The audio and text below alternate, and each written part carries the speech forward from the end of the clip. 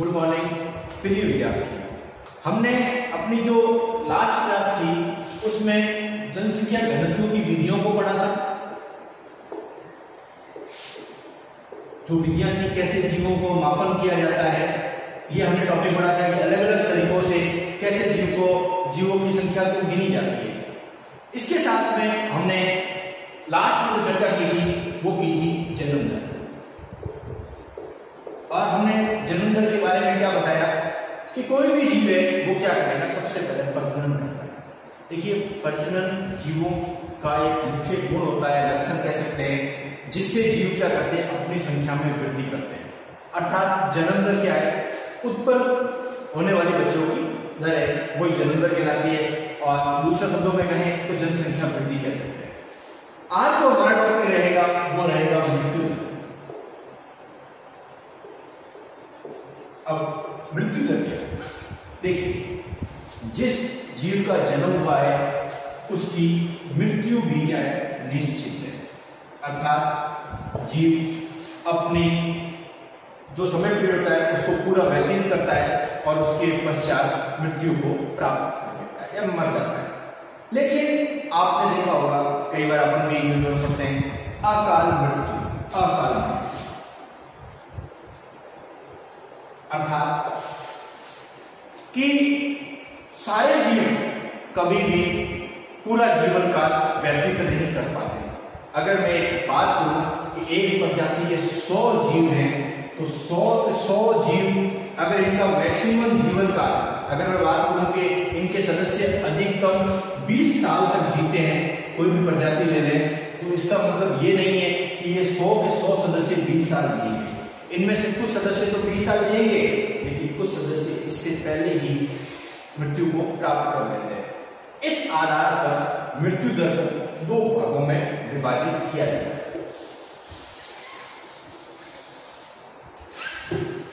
पहला है कार्यकीय,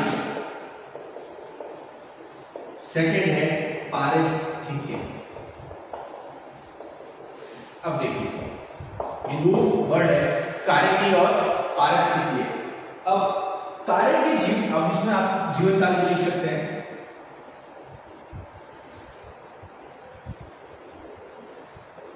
कार्यकीय जीवन काल क्या है और पारिस्थितिकीय जीवन काल क्या है? देखिए, कार्यकीय जीवन काल में क्या होगा, कोई भी जीव है वो अपना पूरा जीवन काल जिएगा। अर्थात जितना उसका टाइम पीरियड होता है। देखिए, हर जीव की जो उम्र होती है अलग अलग होती है। कुछ जीवों की 1 वर्ष होती है, कुछ जीवों की 10 वर्ष होती है, कुछ जीवों की 70 साल होती है, किसी की 80 साल होती है। हर जीव की अलग अलग होती है। अब कार्यकीय जीवन काल में क्या होगा कि जीव है, कुछ जीव एक ही प्रजाति के जीव है, एक प्रजाति में दोनों चीज होगी। आप ये मत समझिए कि एक प्रजाति में एक ही चीज होगी, एक प्रजाति में दोनों प्रकार के जीवन काल होंगे। ध्यान रखना, एक प्रजाति में दोनों प्रकार के जीवन काल पाएंगे, दोनों प्रकार के जीवन काल पाएंगे। अर्थात मतलब क्या है कि एक प्रजाति के कुछ सदस्य तो क्या करेंगे, पूरा जीवन काल जिएंगे। अर्थात अपनी जितनी उम्र होती है मैक्सिमम अधिकतम उतनी जिएंगे और उसके बाद क्या होंगे, मृत्यु को प्राप्त कर लेंगे। अर्थात अगर कहूं कि वो जितना उनका टाइम पीरियड उतना जिंदा रहेंगे और उसके बाद वो मर जाएंगे। लेकिन दूसरी होती है पारिस्थितिकीय जीवन काल। अब पारिस्थितिकी के अंदर अपन ने 2 चीज पढ़ी थी, याद होगा आपको। पहला था जैविक और अजैविक काल, जैविक और अजैविक काल। अब देखिए, आपको पता है किसी भी पारिस्थितिकी जो इकोलॉजी है, इकोसिस्टम कह सकते हैं, वहां पर क्या होता है, दिन प्रतिदिन अनेक प्रकार के उतार चढ़ाव होते हैं। कुछ उतार चढ़ाव तो क्या होते हैं, वातावरण के अनुसार होते हैं, जैसे तूफान, भूकंप, बाढ़, सूखा, ओलावृष्टि, अनेक ऐसे कारक आते हैं जिससे क्या होता है, जीव जो होता है वो अकाल मृत्यु को प्राप्त हो जाता है। अर्थात अकाल मृत्यु का मतलब क्या है कि ऐसे पारिस्थितिकी में क्या होता है, किसी भी जीव की जो जिंदगी होती है वो पूरी वो प्राप्त नहीं करता। उसमें क्या होता है, वो छोटे समय पीरियड में जिंदा रहता है और उसके बाद किसी न किसी कारक से, कोई भी जैविक अजैविक कोई भी कारक कह दीजिए, जिससे वो क्या करता है, मर जाता है या मृत्यु को प्राप्त कर लेता है। ऐसा जो भी कार्य होता है वो क्या कहलाता है, पारिस्थितिकीय जीवन काल कहलाता है। तो पारिस्थितिकीय जीवन काल की बात डेफिनेशन पारिस्थितिकीय जीवन काल क्या है कि एक निश्चित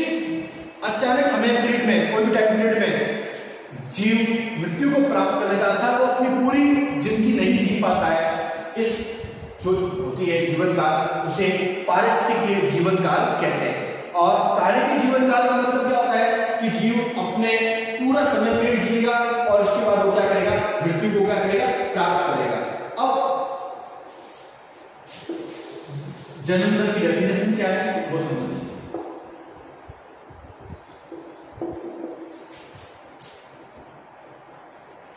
प्रत्येक अवधि काल में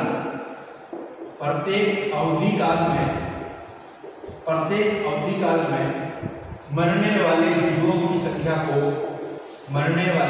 जीवों की संख्या को मृत्यु दर,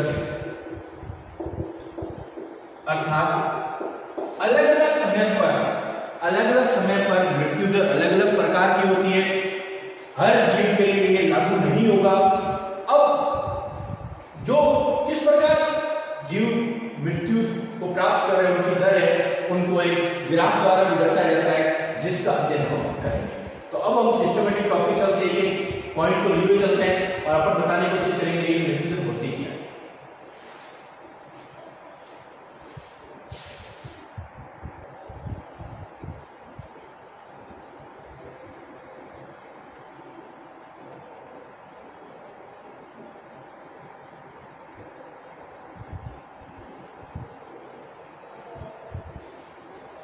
देखिए, मृत्यु दर के बारे में अब अपन बेसिक सारे पॉइंट्स है, क्योंकि ये जो अपना इकोलॉजी पोर्शन है इसमें थ्योरेटिकल पोर्शन है और कुछ चीजें समझने के लिए जिसको समझा रहा हूँ, बाकी सारे थ्योरेटिकल पॉइंट्स हैं जिसको अपन पॉइंट वाइज नोट करते रहिएगा।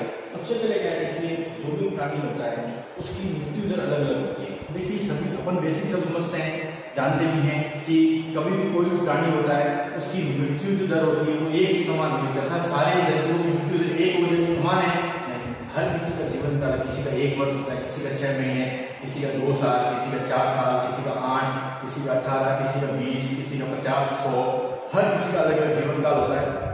तो इसलिए मृत्यु दर भी क्या होगी, सभी जीवों की क्या होगी, अलग अलग होगी। तो सबसे पहले क्या है कि भिन्न प्राणियों में, अलग अलग प्राणियों में भिन्न काल जीवन काल होता है, वो अलग अलग होता है। इस प्रक्रिया में प्राणी थोड़ा सा समय बिताकर मृत्यु को क्या करता है, प्राप्त कर लेता है। अब बिताने का मतलब क्या है, वो अपना जीवन काल जिएगा और उसके बाद वो क्या करेगा, मृत्यु को प्राप्त कर लेगा। मृत्यु दर को 2 प्रकार से दर्शाया जाता है, एक तो संभावना के आधार पर, एक है मृत्यु दर के आधार पर। अब अपना जो पहला पॉइंट है वो क्या है, संभावना के आधार पर, दूसरा है मृत्यु दर के आधार पर। अब आपके मन में प्रश्न आ रहा है कि पहला है मरने की संभावना पर, दूसरा है मृत्यु दर पर। ये अलग अलग पॉइंट क्यों है मृत्यु दर को दर्शाने के लिए? देखिए, एक तो क्या होता है, कोई जीव मरता है और अपन उसको उसकी मृत्यु दर का आंकड़ा ज्ञात करते हैं, लेकिन आपने देखा होगा कभी तूफान आता है, कभी भूकंप आता है, कभी बाढ़ आती है, ज्वालामुखी विस्फोट होते हैं। अब इस कंडीशन में क्या है, कि हम जीवों की संख्या को ये नहीं बता सकते कि कितने जीव मरे। सपोज है कोई एक जगह जहां ज्वालामुखी विस्फोट होता है, अब ज्वालामुखी विस्फोट हुआ तो अपन क्या मान के चलते हैं कि लगभग सभी जीव क्या होंगे, या तो मर जाएंगे। तो अब जो मर रहे हैं, अब उनकी संख्या को हम क्या मानेंगे, संभावना कहेंगे, भाई संभवतः सारे जीव मर गए। अब ऐसी जो मृत्यु दर निकाली जाती है, संभावना कैसे होती है, क्योंकि अब ये नहीं पता लगा जाता कितने जीव मरे या नहीं। एक तो वो जीव जो जीवन काल बिताने के बाद मर रहे हैं, तो अपन उनको देख सकते हैं, हाँ भाई उनकी मृत्यु दर निकाले। अब एक क्या होता है, कई बार ऐसी परिस्थिति आती है जिसमें पूरी की पूरी प्रजाति लुप्त हो जाती है, या विशेष क्षेत्र में पाए जाने वाले पूरे के पूरे जीव ही लुप्त हो जाते हैं। उस कंडीशन में क्या होगा, उस कंडीशन में संभावना बताई जाती है कि भाई इतने जीव मरे होंगे। तो 2 प्रकार की, एक तो क्या है संभावना का मतलब गैस किया कि इतने जीव मरे, और एक होता है रियल मृत्यु दर। अब बताई जाए, देखिए ये जो होगी आंकड़े होंगे लगभग के, इसमें जो बताई जाएगी मृत्यु दर दूसरी में तो बिल्कुल एग्जैक्ट आंकड़ा होगा इतने ही जीव मरे। तो 2 प्रकार से बताते हैं, एक तो संभावना तब होगी जब कोई विपदा, प्राकृतिक आपदा आती है, और जब प्राकृतिक आपदा आएगी हमेशा संभावना ही बताई जाएगी। अब जीवन काल को 2 भागों में विभाजित किया जाता है। देखिए जंतु का जीवन काल होता है, उसको 2 भागों में बांटा जाता है। पहला होता है कार्यकी, दूसरा होता है पारिस्थितिकी।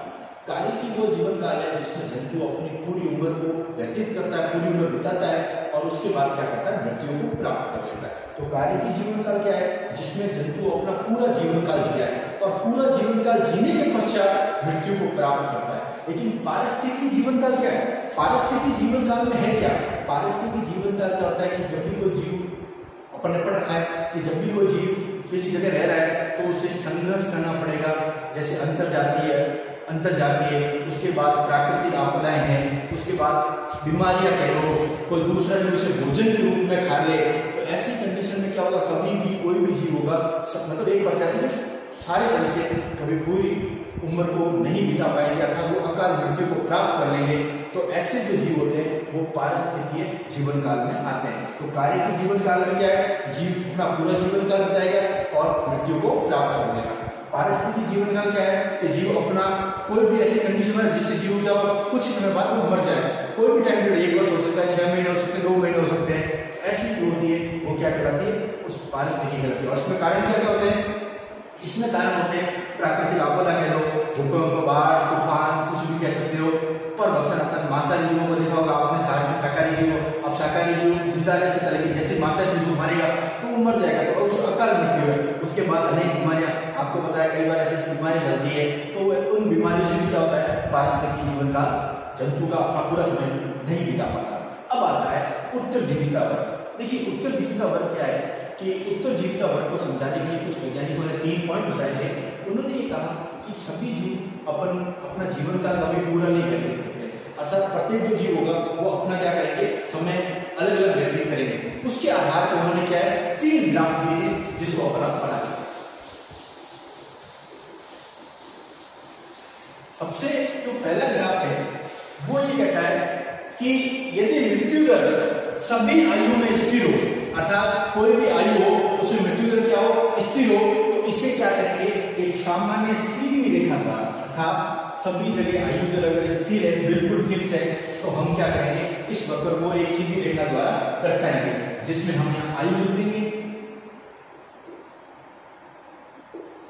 हम यहाँ आयु लिख देंगे और यहाँ प्राणी की आयु आ गई और यहाँ उत्तरजीविता अर्थात कितने जीव दिख रहे हैं। अब देखिए इसमें क्या है, सभी जो जीव है उनकी आयु क्या है, बिल्कुल स्थिर है। तो ऐसी कंडीशन में हमें ग्राफ कैसा मिलेगा, बिल्कुल सीधा मिलेगा, अर्थात जो आयु है अलग अलग, आप उस आयु को अलग अलग देखेंगे तो हमेशा ग्राफ क्या होगा, एक सीधी रेखा के रूप में प्राप्त होता है। तो ये कौन सी, ये सिंपल सी पैराडाइट है। यदि मृत्यु दर सभी आयु में क्या हो, स्थिर हो, तो सीधी रेखा के रूप में ग्राफ को दर्शाया जाता है।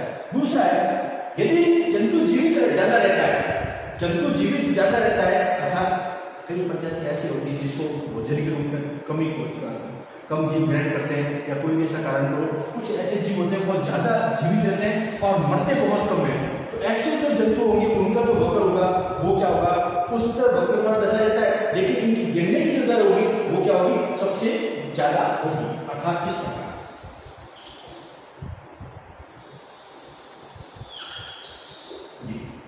हुई उत्तरजीविता और आयु, अर्थात इसमें क्या होगा, जीव है वो अपने जीवन काल को जी रहा है, लेकिन एक समय ऐसा आएगा वो अंत में क्या होगा, तेजी से क्या होगा, बिल्कुल गिरेगा। तो स्टार्टिंग तो इनकी अच्छी है, जीव ज्यादा जिंदा रह रहे हैं, जीव ज्यादा जिंदा रह रहे हैं, लेकिन अंत समय में क्या होगा, एक साथ ही गिरेंगे। तो ऐसा जो वक्र होता है वो अपनी सेकंड टाइप का होता है। ये फर्स्ट टाइप थी, इसमें तो वक्र क्या होगा, सीधा होगा।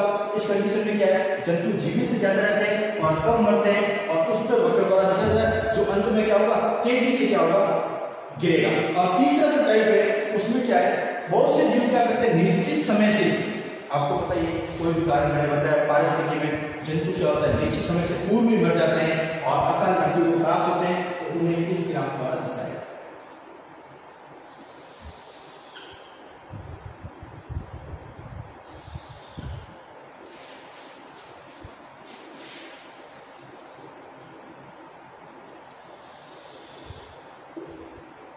वही उत्तरजीविता और आयु।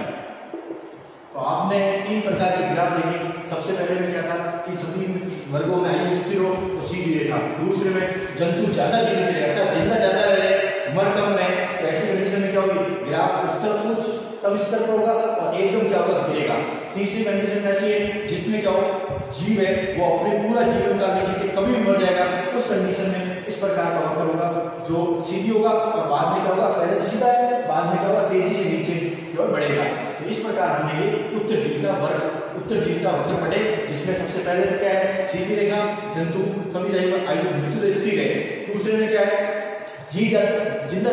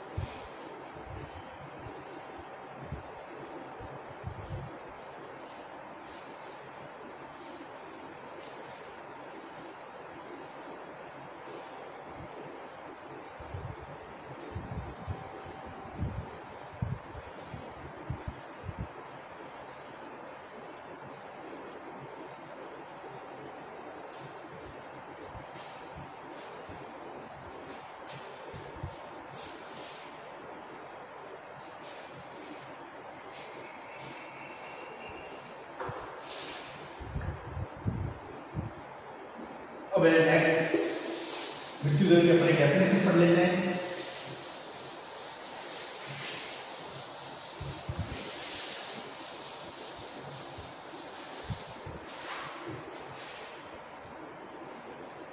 मृत्यु दर क्या होता है?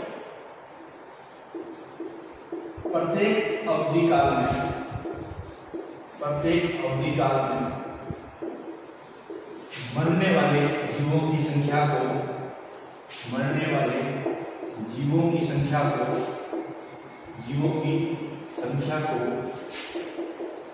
मृत्यु दर कहते हैं। तो वापस रिवाइज कर रहा हूं, अलग अलग अवधि काल, देखिए क्योंकि जीवों का अवधि काल होता है वो अलग अलग होता है, मैं आपको पहले ही बता चुका हूँ। तो प्रत्येक अवधि काल में मरने वाले जीवों की जो संख्या होती है उसको हम क्या कहते हैं? मृत्यु दर कहते हैं। अब इससे आगे बढ़ते हैं।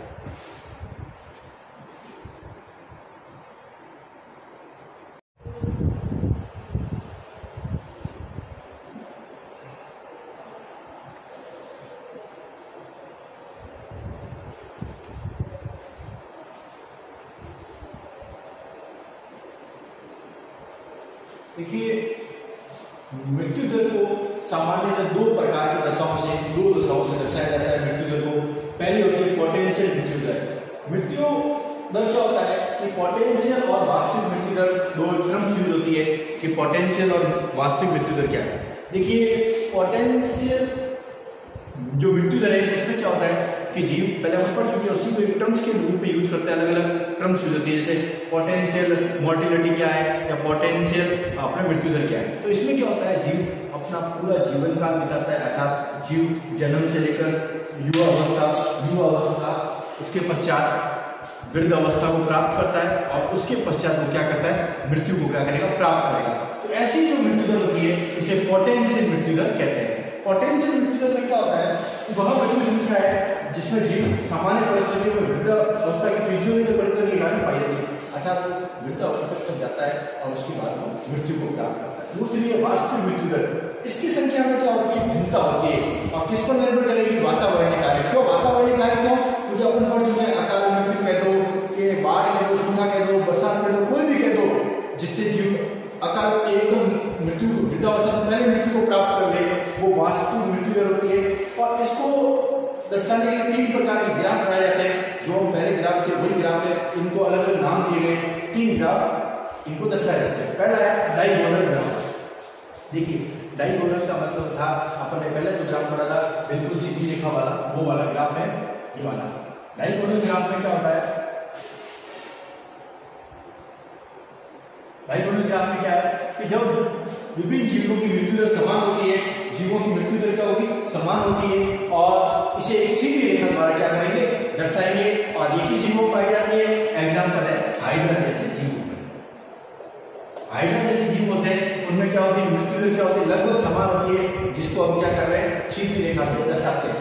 दूसरा है कॉन्वेक्स कर्व। देखिए डायगोनल कर्व, कॉन्वेक्स कर्व।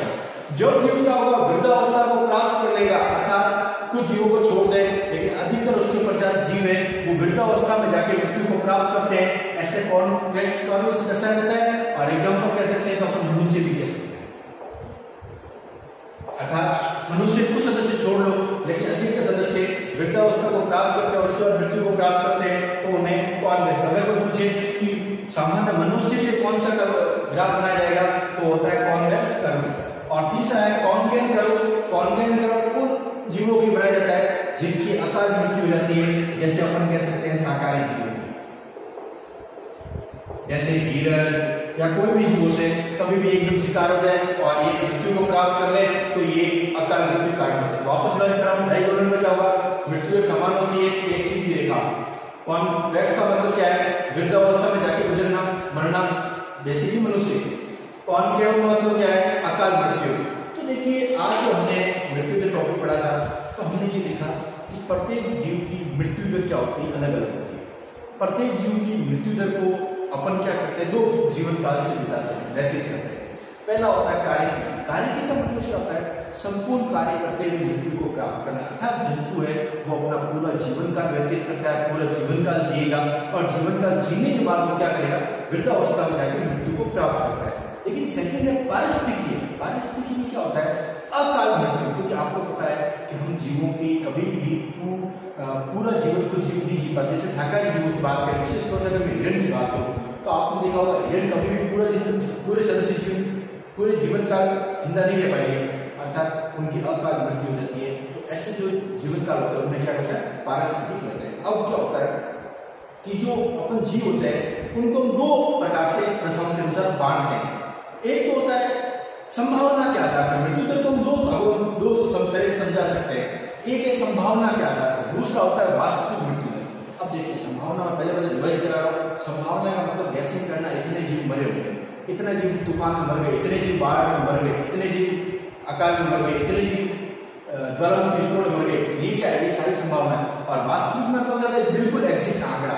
आज जो हमारा टॉपिक था क्या था, मृत्यु दर। मृत्यु दर के बारे में पता कि जीवों की एक निश्चित अवधि काल में मृत्यु की जो संख्या होती है उसे हम क्या कहते हैं, मृत्यु दर।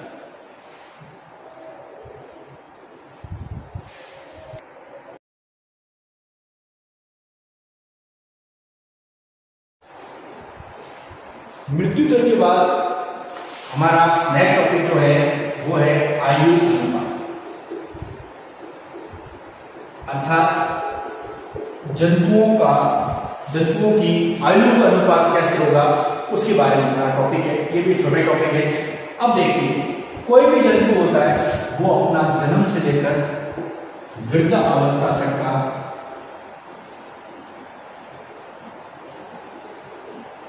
पूरा जीवन का जीता है। कोई भी जंतु कुछ जंतु पूरा जीवन का जीते हैं, जबकि कुछ क्या होते हैं पारिस्थितिक कारण से समय से पूर्व ही मृत्यु को प्राप्त कर लेते हैं। अब जैसे 3 अवस्थाओं के बारे में बात करूं तो एक होती है बाल्यावस्था, सेकंड किशोरावस्था और थर्ड है वयस्क। अब देखिए प्रत्येक जंतु का इन तीनों जगह जो आयु का अनुपात होगा वो अलग अलग होगा। बाल्य अवस्था में सबसे ज्यादा आयु के बच्चे होंगे, किशोर अवस्था में ठीक है, और वयस्क अवस्था में बात करूं तो कम सदस्य होंगे। अर्थात अगर छोटे से उदाहरण से समझो कि अगर इसमें बाल्य अवस्था में 100 बच्चे हैं तो किशोर अवस्था में अगर कुछ प्रजातियों में तो क्या किशोर अवस्था में सदस्य घटेंगे, क्योंकि 2 कार्य हमसे पढ़े थे। कारण एक कार्य की भी कहा था कि जीव अपने पूरी जीवन काल जीता है, तो उसमें तो क्या सदस्य में कोई अंतर नहीं होगा। लेकिन अनेक पारिस्थितिक कार्य होते हैं, जैसे कहें बाढ़, तूफान, भूकंप, परभक्षण कह लो, उससे क्या होता है धीरे धीरे सदस्यों की संख्या घटती जाती है। अब हम कभी भी आयु का अनुपात लगाएंगे तो क्या होगा, वो हमेशा क्या होगा, परिवर्तित होगा। अगर मैं किसी जीव की बाल्य अवस्था और किशोर अवस्था के बीच आयु का अनुपात लगाता हूँ तो वे कितने आयु के बच्चे हैं, और कुछ वर्ष के अकॉर्डिंग भी हम लगा सकते हैं, कुछ अवस्था के अनुसार लगा सकते हैं। तो इस आधार पर जो आयु का अनुपात होता है उसे आयु का अनुपात कहते हैं, और इसमें जो भी अनुपात प्राप्त होता है वो जीवों की कुल संख्या लगभग बराबर होता है। अब हमें पता है कि प्रत्येक जीव की आयु का अनुपात अलग अलग होगा। कोई भी जीव एक निश्चित आयु अनुपात को संभव नहीं है, क्योंकि जीवों की जो संख्या होती है वो निरंतर परिवर्तित होती रहती है, अर्थात कुछ समय ज्यादा होगी, कुछ समय कम होगी। अब उनकी आयु का अनुपात है वो उनकी उस समय स्थिति पर, उस एक निश्चित समय पर निश्चित क्षेत्र में पाए जाने वाले जीवों की संख्या के आधार पर उनका आयु अनुपात निकाला जाता है, जो हर समय अलग अलग होगा। कभी हम एक निश्चित अनुपात लेके बता नहीं सकते कि इतना ही होगा, ये संभव नहीं है। इसीलिए आज हमारा जो छोटा टॉपिक था आयु का अनुपात, जिसमें क्या है जीवों की संख्या को अलग अलग समय बाल्य अवस्था, किशोर अवस्था, वयस्क अवस्था या कोई भी अवस्था कह दीजिए, उसमें हम जीवों की संख्या क्या करते हैं, अनुपात निकालते हैं और उसको एक रेशियो से दर्शाते हैं।